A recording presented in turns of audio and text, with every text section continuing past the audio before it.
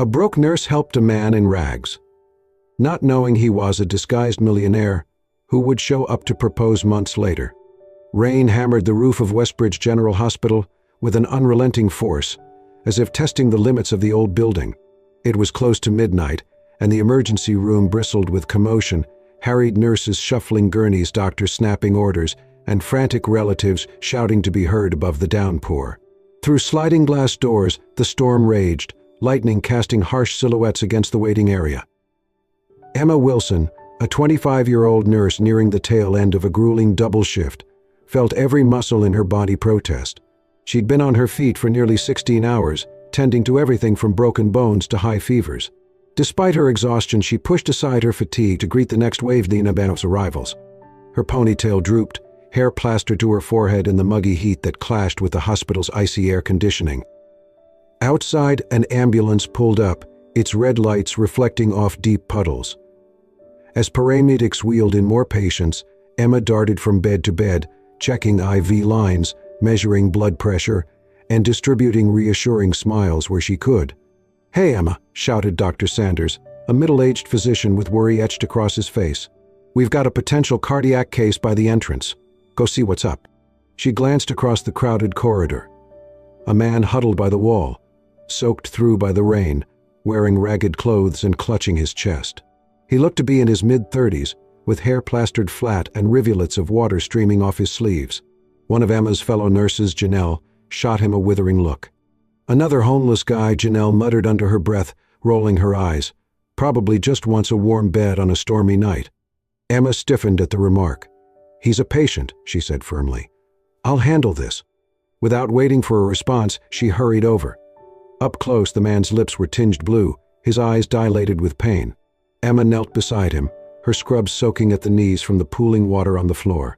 "Sir, can you breathe? Are you feeling pain anywhere besides your chest?" He tried to speak, but all that emerged was a ragged groan. Emma carefully gripped his arm. "Let's get you inside." Dr. Sanders and Janelle exchanged glances, but Emma ignored them as she helped the man into a wheelchair. Every part of her ached from overwork, yet adrenaline propelled her onward. She navigated him through the throngs of sick and injured, found a free exam bay, and drew the curtains closed. Lightning flashed through a high window, illuminating the man's pale features. Emma grabbed a fresh towel, pressing it against his soaked hair and shoulders. "My name is Emma Wilson," she said softly. "I'm a nurse here and I want to help you." The man shivered, exhaling a tremulous breath. "Thank you," he managed, voice raw. At that moment, a dismissive voice cut through the curtain. "Emma, leave him. We're too busy for freeloaders tonight," came a colleague's scornful remark from somewhere in the corridor. Her cheeks burned with indignation. She wrapped her stethoscope around her neck, ignoring the noise outside. She'd seen too many patients turned away or overlooked because they didn't fit a convenient mold. "It's all right," she reassured the man. "We'll figure out what's causing this." Emma slipped the stethoscope into place over his chest. She heard rapid, uneven heartbeats, but no distinctive sign of a life-threatening condition. Next, she gently took his hand to measure his pulse. As soon as she touched it, her brow furrowed. His skin was smooth, unusually so, nothing like the rough, calloused hands she associated with people who'd been surviving on the streets for years. A subtle dissonance crept through her mind. This doesn't make sense. Still, he was clearly in distress, and that took precedence. "Let's get you warm and figure out what's going on," she said, focusing on her job. In the background, thunder rumbled like distant drums, as though the very night crackled with anticipation of something extraordinary about to unfold. Emma didn't get a chance to pause and reflect on the man's oddities. The ER was operating at its limits, and she had too many tasks to juggle. Still, she managed to slip back into his cubicle every few minutes, measuring his vitals, administering oxygen, and gently coaxing him to speak a bit about his symptoms. Between her quick visits, Emma's thoughts inevitably turned to her own predicament. She'd become a nurse out of love and empathy, but her financial situation was dear. Her mother, Linda Wilson, battled a degenerative nerve condition that required expensive treatments not fully covered by insurance. Month by month, Emma's paycheck vanished into prescription fees and specialist bills, leaving her with barely enough for rent and groceries. Late that same night, after making sure the man's vitals had stabilized, Emma scrounged up a small snack from the hospital vending machine, a packet of crackers and a fruit juice. She paid for them with the last crumpled dollar bills from her purse. She hated to admit how close to the edge she was. Her own fridge at home was nearly empty, and payday was still a week away. The homeless man's eyes opened as she returned. Weak but conscious, he tried to sit up, wincing from dizziness. Emma gently pressed a hand to his shoulder, urging him not to overexert himself. "We think you're severely dehydrated and your blood sugar's dangerously low," she explained, placing the crackers and juice on a small tray. "This should help, at least for tonight." His gaze flickered between the meager offering and Emma's tired yet compassionate face. He swallowed, words catching in his throat. "Thank you." She helped him sip the juice. In that moment, she realized something else about him. Despite his exhaustion, there was a dignity in the way he held himself, a certain careful articulation in his voice that seemed at odds with his ragged attire. Still, it wasn't her place to pry. People ended up on the streets for countless reasons: tragedies, mental health crises, unexpected job losses. Emma had learned never to judge. "Don't talk too much," she told him, adjusting his pillow. "Get some rest." He obeyed, though before she left, his voice emerged in a soft rasp. "Not everyone would do this for me." Emma offered a gentle smile, feeling heat rise in her cheeks. "Everyone deserves kindness," she said. He closed his eyes as if to shield an emotional response. A nurse from the next bay called for Emma, yanking her back into the tornado of tasks. As she rushed away, she couldn't shake the sense that she was glimpsing only the tip of an iceberg. There was a story beneath this man's silent gratitude. Hours later, as the ER slowed to a manageable chaos, Emma once again peeked into his cubicle. He was sitting up, nibbling the crackers, looking marginally better. Something about his posture struck her as refined, contradicting his outward appearance. He caught her gaze and murmured, "You're unusual." "Thank you." Emma's cheeks warmed. Anyone would do it, she demurred. Shaking his head, he disagreed in a hoarse whisper. "No, not just anyone." A pulse of confusion and curiosity coursed through her. But duty beckoned, and she nodded politely before slipping away. Despite her best attempts, she couldn't quell the swirl of questions rising in her mind. By the time the early rays of dawn filtered into the ER's wide windows, the storm had finally calmed. The heavy patter of rain on the roof softened, replaced by the routine bustle of nurses switching shifts and new patients drifting in. Emma's eyes stung from fatigue, but she forced herself to keep going for just a little longer. She headed straight to the cubicle where the man had been resting. A sense of responsibility nagged at her. She wanted to schedule lab tests, maybe consult a social worker about follow-up care. If he truly was homeless, he'd need a referral for a shelter or transitional service. When she drew back the curtain, the bed was empty. On the cot lay a neatly folded set of hospital scrubs, the ones she'd found for him the previous night. His battered jacket was gone, and so was he. Emma blinked in disbelief. She checked the hallway, the triage station, even the small bathroom off the corridor. Nothing. The other nurses, in the midst of shift change, either shook their heads or offered cynical shrugs. "Surprised?" Janelle said, flipping through a clipboard. "Told you he'd vanish." Emma's chest tightened. He wasn't well enough to just walk out. He was still shaky and needed more tests. Janelle gave a pointed sigh. "These people always slip away. They never wait for a billing conversation, right?" She snorted and hurried off to her next duty. Trying not to let annoyance get the best of her, Emma approached Dr. Sanders. The physician gave a neutral shrug. "If he was stable enough to leave on his own, we can't stop him," he reasoned. "We're not a detention center." Though technically correct, the nonchalance infuriated Emma. She felt protective of the man whose name she didn't even know, remembering how grateful he'd looked. Why would he just slip out without saying goodbye, or at least letting me do a final check? She scoured the immediate grounds after clocking out. Outside the hospital's sliding doors, the sidewalk was damp with lingering puddles, but there was no sign of him. Cars zoomed by on the adjacent street. The drab dawn sky hinted at the start of a humid new day. At last, she acknowledged defeat. Her shift was over, and she was running on fumes. She needed to head home, maybe catch a few hours of sleep before returning to her next shift. Still, unease gnawed at her. She boarded the bus for her tiny studio apartment, leaning her head against the window. Every bump in the road made her eyelids heavier, but thoughts of the mysterious patient kept her mind spinning. Who was he really?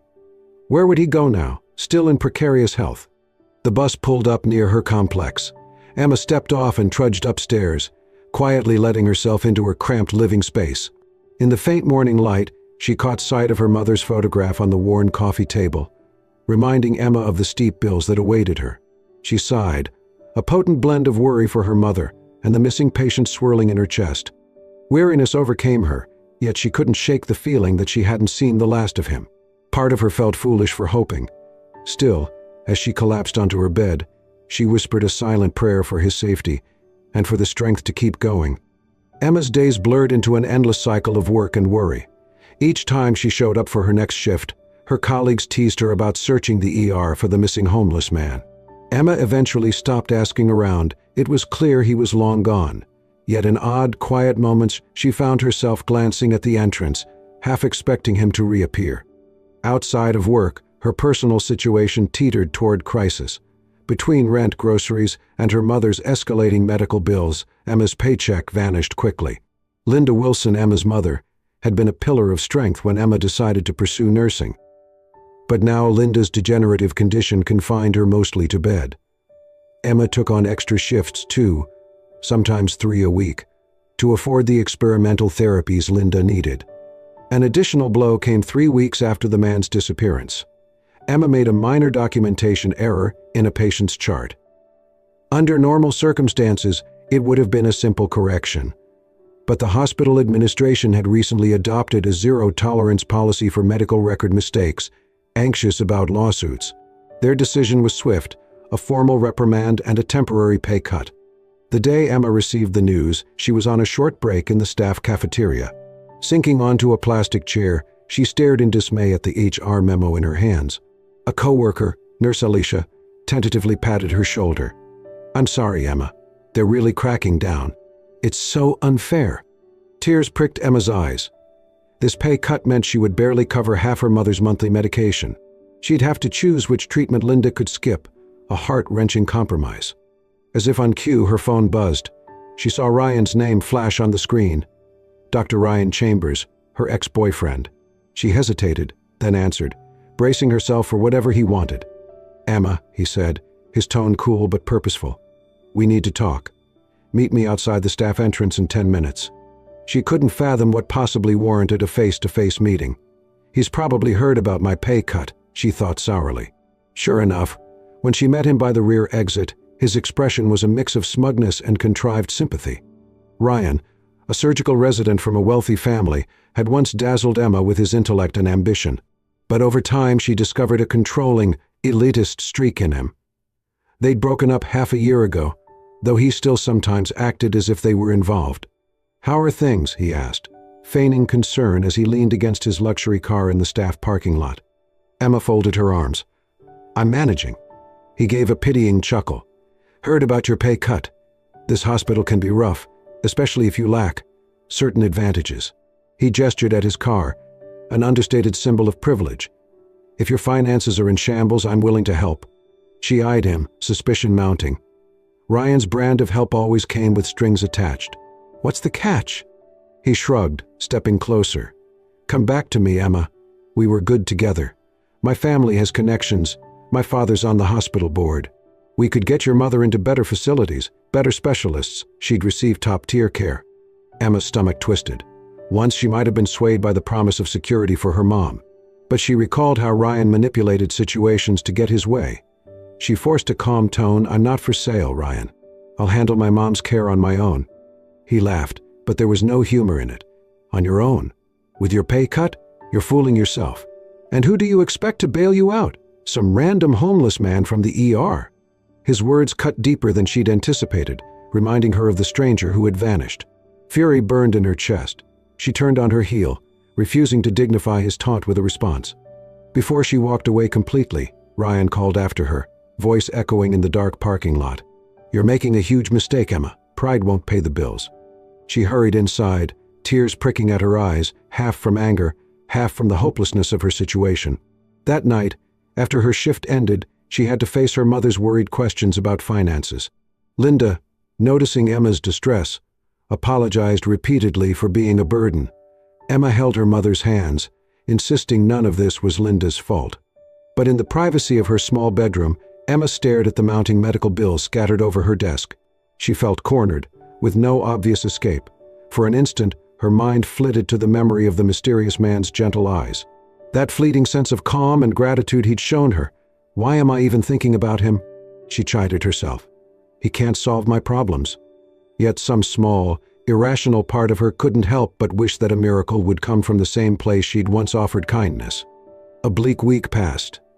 Emma lived on instant noodles and extra coffee, pushing herself to the brink as she continued picking up additional shifts to fill the gap from her reduced pay. Each day felt heavier than the last. Her mother's condition seemed stable, but the bills piled up like a relentless tide. One chilly morning, Emma woke before dawn, having slept barely 3 hours after her late shift. She pulled on a threadbare sweater and trudged to the apartment's front door to retrieve the mail. The hallway was dimly lit, the overhead fluorescent flickering as usual. A small stack of envelopes lay on the ground, mostly junk mail, a few medical statements. With a weary sigh, she gathered them and closed the door. When she leafed through them at the kitchen table, a plain, nondescript envelope caught her eye. No return address, just her name typed on the front, Emma Wilson. Her brow furrowed. She carefully opened it, heart pounding in quiet apprehension. Inside was a single slip of paper, what looked like a cashier's check for $50,000. A typed note accompanied it. For your mother's care. Thank you for your kindness. A friend. Emma's gasp broke the early morning silence. She stared at the check, her brain scrambling to process what she was seeing. $50,000. That was more than she made in a year. Her heart hammered as she flipped the paper over, looking for any sign of forgery or a catch. It bore all the hallmarks of a legitimate cashier's check, drawn from a reputable bank. She read the note a second, then a third time. A friend. Who on earth could afford such generosity? Ryan's arrogance flashed through her mind, but the typed words didn't resemble his style at all. He would have gloated or demanded a personal meeting, and there was no reason for the hospital to give her such a sum out of nowhere. Trembling, she called the bank's helpline. The representative confirmed that the check was indeed real and valid. Emma's breath left her in a rush, and tears gathered in her eyes. She thought about her mother, the mounting bills, and the sense of desperation that had weighed on her for months. Suddenly, an impossible weight had been lifted, if she dared to accept it. She sat stunned for several minutes, waves of gratitude and suspicion mingling. Could this be from that mysterious man? It seemed absurd, yet her mind couldn't help but recall his smooth hands, his oddly dignified bearing. Thank you for your kindness. The words echoed the same gratitude he'd shown in the ER. A swirl of emotions engulfed her, relief, joy, wariness. She phoned Nurse Alicia to share the surreal news. They both squealed in astonishment, then Alicia's voice dropped to a conspiratorial whisper. This is fate, Emma. That man you helped must have been someone with major resources. It's like in those stories where a disguised millionaire tests people's compassion. Emma laughed at the outlandish idea, but part of her heart couldn't dismiss it. Or it could be a secret benefactor from the hospital's charity wing, she reasoned, but even as she spoke, she knew the hospital would never just slip a check under her door.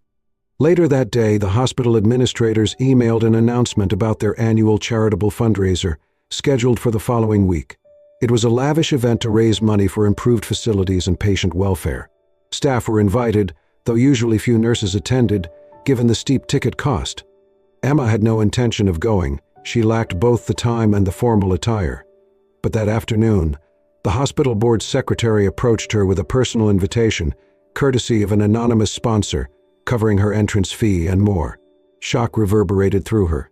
She recalled the typed note in the envelope. Thank you for your kindness, a friend. Could it be the same person? Her thoughts whirled. She yearned for answers about the $50,000 windfall. Perhaps attending the gala would shed light on who had stepped into her life so dramatically. Emma stared at the glittering invitation, the check burning a hole in her purse, and felt something she hadn't experienced in ages, genuine hope. The night of the fundraiser arrived more quickly than Emma could have imagined. A sense of anxious excitement prickled at her nerves as she pulled on a simple navy blue gown borrowed from Nurse Alicia. She had never attended anything quite so fancy. A black tie event at the luxurious Westbridge Grand Hotel, complete with towering fountains and red-carpeted entrances. When Emma stepped out of her cab, she paused to take in the hotel's facade, richly lit arches and an ornate glass canopy sparkling under the bright city lights. What am I even doing here? She wondered, clutching her small handbag tight.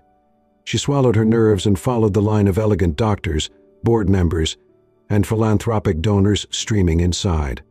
In the lobby, orchestral music played softly from a string quartet. A reception table offered name badges. Emma Wilson, RN, read the tidy lettering on her tag. She accepted it with a stiff smile, her heart pounding at the thought of possibly encountering the mysterious friend who had sent that life-changing check. Servers in crisp uniforms meandered through the crowd with silver trays of champagne flutes and delicate hors d'oeuvres. Emma caught glimpses of hospital bigwigs. She recognized Dr. Sanders conversing with the CFO, and she saw Ryan leaning against a marble pillar, scanning the crowd. He glanced her way, eyebrows shooting up in surprise. She quickly looked away, not wanting another confrontation. A hush descended when the evening's host, an impeccably dressed board member, took the stage at the front of the grand ballroom. "Welcome everyone to our annual Westbridge General Charity Gala," he boomed into the microphone. Applause rippled through the crowd. "Tonight, we celebrate those who go above and beyond in supporting our hospital's mission, caring for all, regardless of financial status." Emma found a seat at a round table half filled with doctors and donors, exchanging polite nods. Between the speeches and presentations, she scanned the room for any sign of that ragged stranger. If he truly is behind the check, would he show up like this? The notion seemed improbable. Midway through the program, an unexpected announcement came. The board member cleared his throat. "We have a special guest with us tonight, a philanthropist who's made a significant private donation to support patient bills, specifically for those with dire financial challenges. It is my honor to introduce our generous benefactor, Mr. Alexander Carter." Polite applause fluttered through the ballroom. Emma nearly dropped her fork. Alexander Carter? That name rang a bell. The hush grew deeper as the man took the stage. He was tall, broad-shouldered, wearing a sleek black tuxedo that complemented his composed demeanor. His hair was neatly styled, his posture confident. Emma's pulse hammered. Something about his face was strikingly familiar, the shape of his jaw, the warmth in his brown eyes. His voice, though resonant and poised, carried a hint of that same quiet tone she remembered from the hospital. He began to speak, thanking the hospital for allowing him the chance to support charitable cases. Then he paused, scanning the crowd. When his gaze locked onto Emma's, her heart twisted. A gentle recognition flickered in his expression. She inhaled sharply, mind spinning. "It can't be." Alexander's voice trembled slightly. "I'd like to share a personal story. Some months ago, I experienced a deep crisis, both health-wise and emotionally. I'd lost faith in people's sincerity. So I disguised myself to see how strangers might treat me if I had nothing to offer, and I ended up in the ER at Westbridge General on a stormy night." A visible ripple passed through the audience, low whispers of confusion and intrigue. Emma's eyes widened. He's admitting he was that man. Alexander's gaze remained on her, unwavering. "During that night, I encountered a nurse. She did not look at me with judgment or pity. She simply treated me as though my life mattered. When I recovered enough to slip away, I couldn't forget her compassion. It restored my faith that genuine kindness exists." The room fell into hushed awe. Ryan, who stood across the room, looked dumbfounded, eyes darting between Alexander on stage and Emma. "The donation I made to the hospital," Alexander continued, voice thick with emotion, "was in large part to ensure that Nurse could continue her mission without the burdens that plague so many underpaid healthcare workers. She gave me a gift that night, a renewed belief in humanity, and I wanted to return that favor." He lifted the microphone slightly, swallowing hard as though steadying himself. "I never knew if I'd see her again. But I'm here now to publicly thank Emma Wilson, the nurse who went out of her way to help a man she believed was homeless and broke." A wave of gasps and applause erupted. All eyes pivoted to Emma. She felt every nerve in her body firing at once, shock, embarrassment, and a fierce surge of gratitude. Slowly, she rose from her chair, hardly aware of the cameras flashing or the thunderous clapping around her. Alexander stepped down from the stage, moving through the crowd. Despite her swirling emotions, Emma found herself walking forward, meeting him halfway. He reached out, gently took her hand, and leaned in to speak over the noise. "I never got to thank you properly," he murmured, his voice low and sincere. Emma's throat closed up. She stared at this man, no longer in rags, but the same eyes, the same quiet dignity. She recalled how fragile he'd seemed in the ER cubicle, how she'd bandaged his wounds, shared her last few dollars on a vending machine snack. She could hardly believe the transformation. Yet here he was, gazing at her with genuine warmth amidst a sea of astonished onlookers. And though confusion whirled in her mind, a sense of profound relief and wonder spread through her chest. Within moments, the gala's planned schedule unraveled into a swirl of excited chatter and camera flashes. As Alexander guided Emma toward a quieter corner of the ballroom, hospital administrators approached, shaking his hand and offering thanks. He responded graciously, but his attention clearly rested on the stunned nurse at his side. She managed to whisper, mind still reeling. "Alexander Carter, you're the—" He gave a small nod, looking almost apologetic. "I had to test the sincerity of those around me. It's complicated." Emma could hardly speak. I don't understand. You're a millionaire." But that night, "I was in the midst of my own crisis," Alexander explained, voice tight with emotion. "I lost someone close to me about a year ago. The circumstances made me question everyone's motives, my so-called friends, business partners. I stepped away from my responsibilities, disguised myself, and wandered for weeks, wanting to see if genuine kindness still existed or if people only cared about my money." Emma remembered the softness of his hands and the dignity in his posture. It all clicked into place. He wasn't a typical homeless individual. He was a man grappling with heartbreak, hidden beneath tattered clothes. She swallowed, tears threatening to blur her vision. "You left so suddenly, I worried about you." His gaze warmed. "I didn't mean to vanish. I panicked. I realized how easily you saw my vulnerability, and I wasn't ready to face that. But I never forgot what you did, especially when I learned about your financial struggles, your mother's illness." As the crowd pressed in, wanting to speak with Alexander, he placed a gentle hand on Emma's shoulder. "Let's step outside for a moment. We need real privacy." They slipped into a side hallway that led to the hotel's terrace. Cool night air greeted them, and the city lights twinkled below.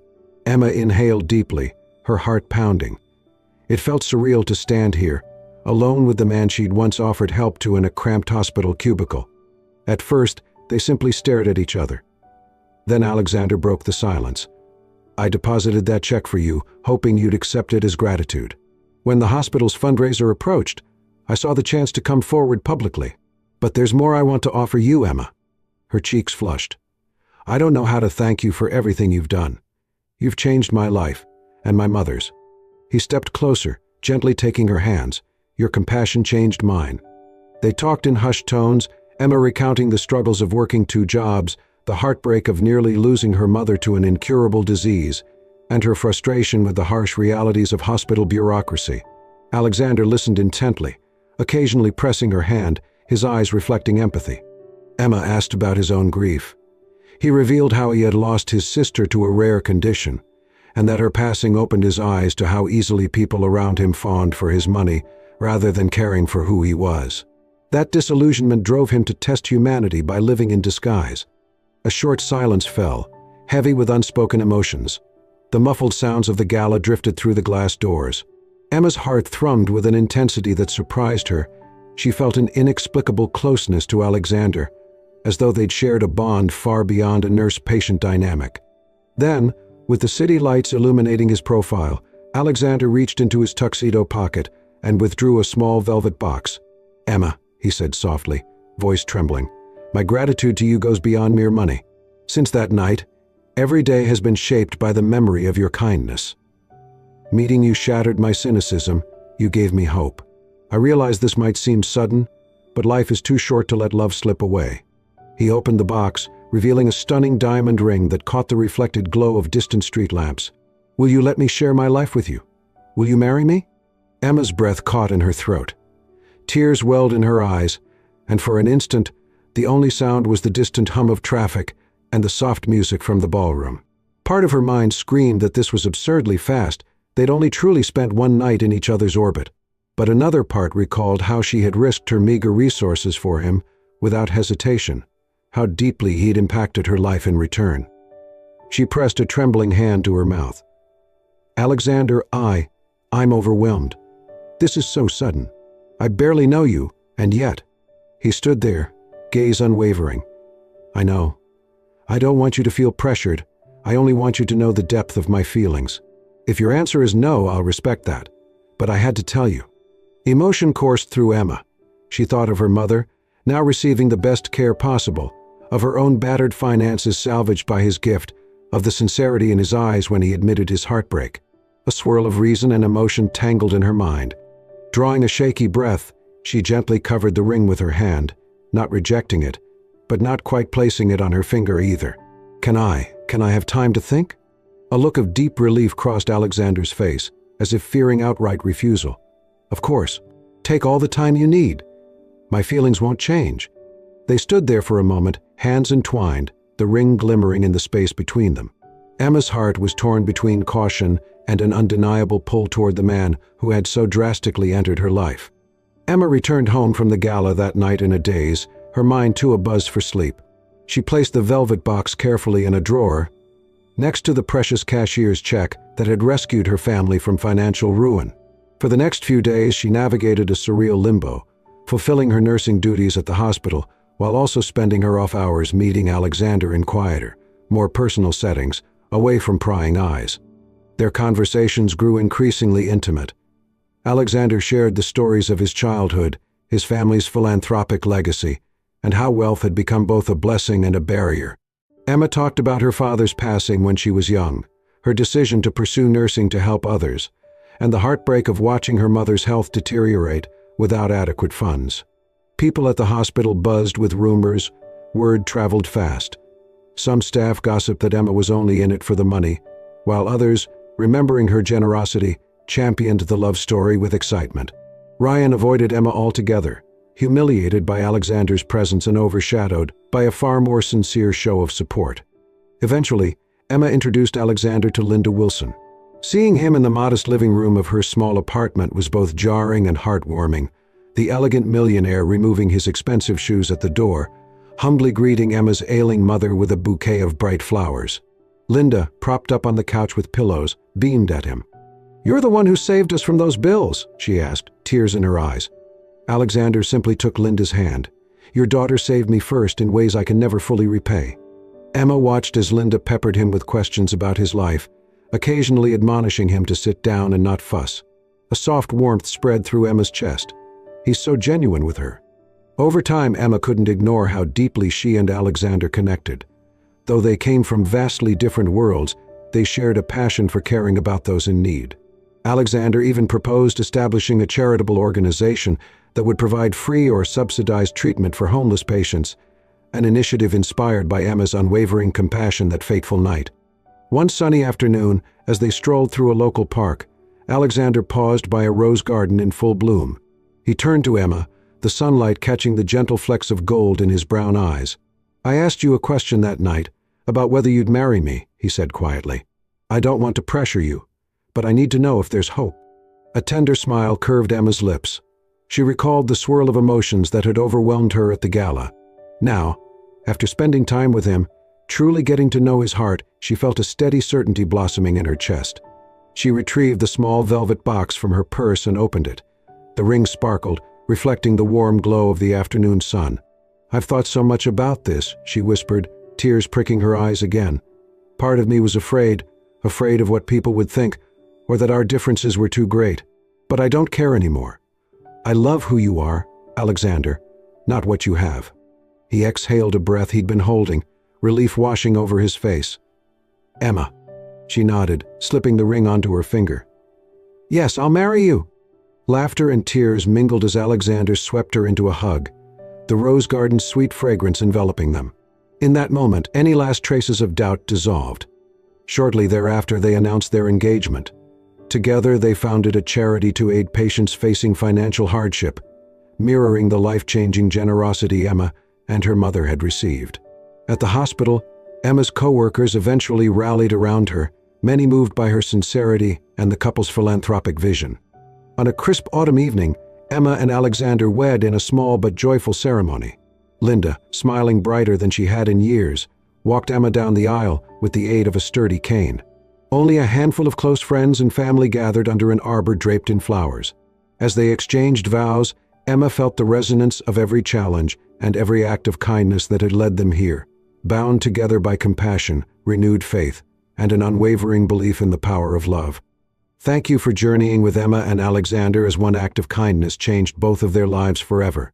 If you found hope or inspiration in this story, we invite you to subscribe to the Soul-Stirring Stories channel. Our tales celebrate the extraordinary power of compassion, perseverance, and unexpected twists of fate that bring people together. Don't miss out on future stories. Subscribe now and continue exploring the magic of heartfelt storytelling.